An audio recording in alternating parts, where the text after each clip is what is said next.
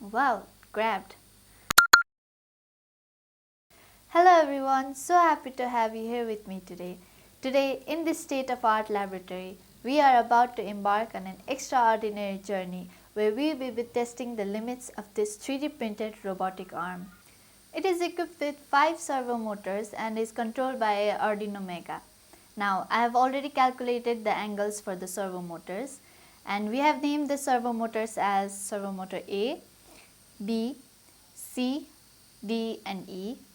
Now let's see if this robotic arm can grab the chips for me or not. Now starting with 40-degree angle for servo motor A, 120 for B, 90 for E, 30 for C, 20 for E,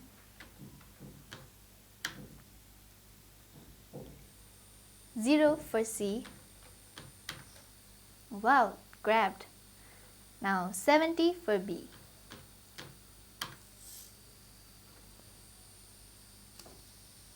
Thank you, robotic arm. Make sure to visit the tutorial for this robotic arm in the link below.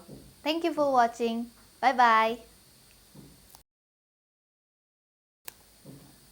यतै यतै यतै यतै छिर्छ फेरि उतै हामी यस्तै